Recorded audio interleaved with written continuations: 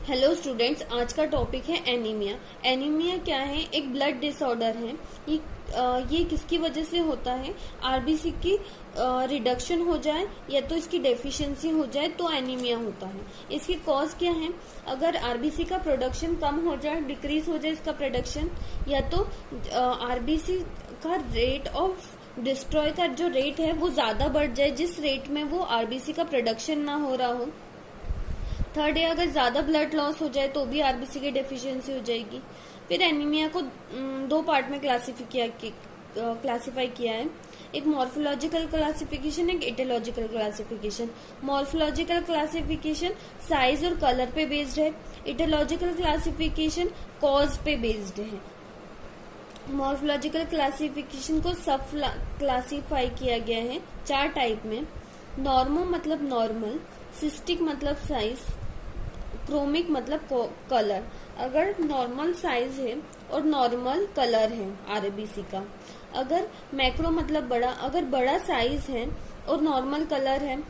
अगर बड़ा साइज है और हाइपो मतलब कम, अगर कम कलर है। और मैक्रो मतलब कम साइज, अगर कम साइज है और कलर भी कम है, ठीक है।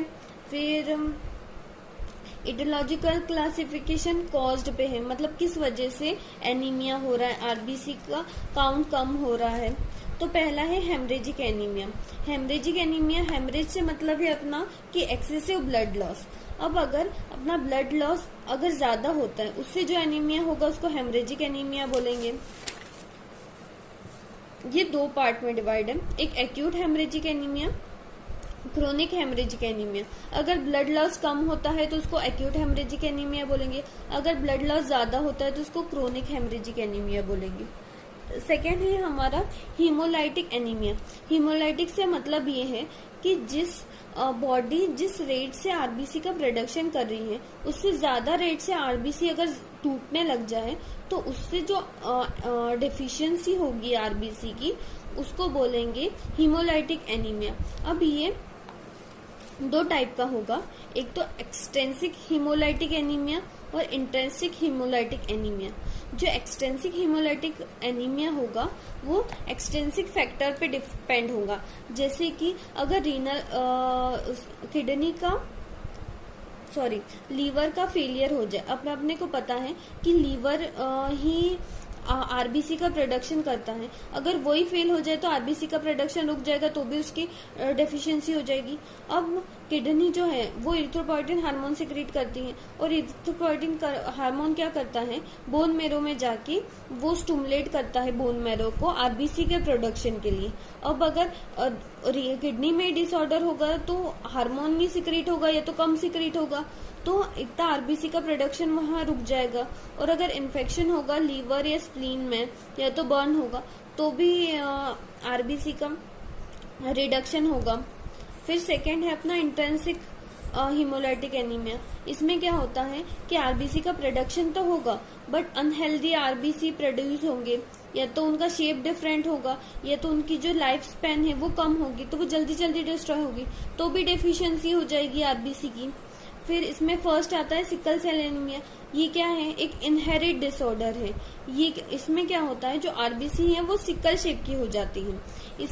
इसमें जैसे जो हीमोग्लोबिन रहता है उसकी 2 चेन होती है, एक तो अल्फा चेन होती है और एक बीटा चेन होती है। अब ये जो सिकल सेल एनीमिया है इसमें अल्फा चेन तो नॉर्मल होती है बट जो बीटा चेन है वो एबनॉर्मल होती है, जिसके कारण अपने को हीमोग्लोबिन अब नॉर्मल मिलता है और उसी को अपन सिकल सेल एनीमिया बोलते हैं। ये जो सिकल शेप की जो आरबीसी होती है वो बहुत ज्यादा फ्रेजाइल होती है, तो इसके कारण वो जल्दी जल्दी टूट जाती है और इसी को हम सिकल सेल एनीमिया बोलते हैं। अब हमारा इंट्रिंसिक हीमोलाइटिक एनीमिया में पहले सिकल सेल एनीमिया हो गया, सेकेंड है थैलेसीमिया। इसमें क्या होता है, ये भी इनहेरिट डिसऑर्डर है और इसमें क्या होता है, एबनॉर्मल हीमोग्लोबिन प्रोड्यूस होता है। ठीक है, अब मैंने आपको ये बता चुकी हूँ कि जो हीमोग्लोबिन है उसकी 2 चेन होती है, एक अल्फा चेन और एक बीटा चेन, और दोनों बराबर होती है। ठीक है। अब अल्फा थैलेसीमिया में क्या हो जाएगा कि जो अल्फा चेन है वो कम हो जाएगी और बीटा चेन बड़ी हो जाएगी। और जो बीटा थैलेसीमिया है उसमें क्या होगा, जो बीटा चेन है वो कम हो जाएगी और अल्फा चेन बढ़ जाएगी।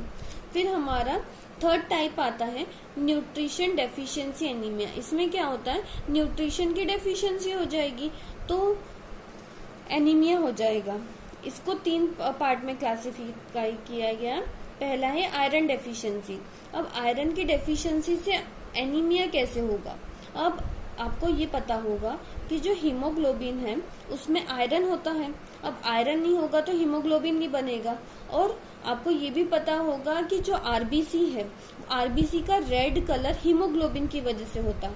तो अगर आयरन नहीं होगा तो हीमोग्लोबिन नहीं बनेगा, अगर हीमोग्लोबिन नहीं बनेगा तो आरबीसी भी नहीं बन पाएगा। इसीलिए हीमोग्लोबिन के आयरन की डेफिशिएंसी के कारण भी एनीमिया होता है। अब डेफिशिएंसी किस वजह से होगी कि अगर ब्लड ज्यादा लॉस हो गया, अगर आयरन का अपटेक कम हो रहा है या तो पुअर एब्जॉर्प्शन है इंटेस्टाइन में, तो भी आयरन की डेफिशिएंसी हो जाएगी।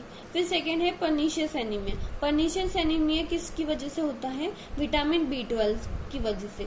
अब विटामिन B12 किसके लिए रिस्पॉन्सिबल होती है, विटामिन B12 की वजह से ही आरबीसी का मैच्योरेशन होता है। अब अगर आरबीसी मैच्योर ही नहीं हो पाएगी तो अगर विटामिन की डेफिशिएंसी होगी B12 की तो आरबीसी मैच्योर ही नहीं हो पाएगी, और आरबीसी मैच्योर नहीं हो पाएगी तो पर्नीशियस एनीमिया हो जाएगा। ठीक है।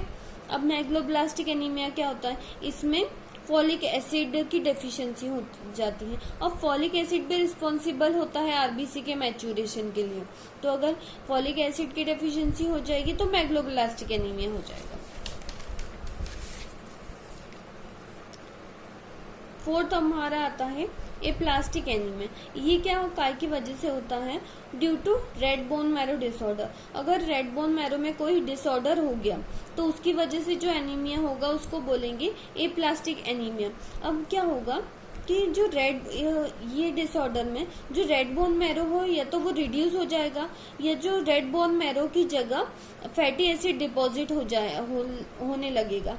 अब रेड बोन मैरो की वजह से में एनीमिया का क्या रिलेशन है, क्यों आरबीसी कम हो रहा है, क्योंकि रेड बोन मैरो में ही तो आरबीसी का प्रोडक्शन होता है। तो अगर रेड बोन मैरो में ही डिसऑर्डर हो जाएगा तो आरबीसी का प्रोडक्शन कैसे होगा। अब ये डिसऑर्डर क्यों होता है, अगर अपन रिपीटेड एक्सरे करवा लें या तो कोई बैक्टीरिया या टॉक्सिन की प्रेजेंस है, ठीक है, या तो टीबी हो गया या तो HIV हो गया, इसके कारण रेड बोन मैरो के डिसऑर्डर हो जाता है, जिसके कारण एप्लास्टिक एनीमिया हो जाता है। ठीक है। अब एनीमिया ऑफ क्रोनिक डिसीज। अब क्रोनिक डिसीज की वजह से भी एनीमिया होता है, जैसे कि अगर अपने को रूमेटॉइड अर्थराइटिस हो गया, ठीक है। अब अपने को पता है कि जो रूमेटॉइड अर्थराइटिस जॉइंट्स में होता है, और जॉइंट्स में मतलब लॉन्ग बोन्स वगैरह में, और वही तो आरबीसी का प्रोडक्शन होता है रेड बोन मैरो से। तो अगर वहाँ पे इन्फेक्शन हो गई या इन्फ्लामेटरी कोई डिसीज हो गई तो आरबीसी का प्रोडक्शन रुक जाएगा, तो उसके कारण एनीमिया हो जाएगा। अगर क्रोनिक रीनल फेलियर होगा तो मैंने बताया कि इरिथ्रोपोइटिन का सिक्रीशन डिक्रीज हो जाएगा, तो वो स्टिमुलेट रेड बोन मैरो को स्टिमुलेट नहीं करेगा आरबीसी के प्रोडक्शन के लिए, तो भी आरबीसी का प्रोडक्शन कम हो जाएगा और क्या हो जाएगा, एनीमिया हो जाएगा।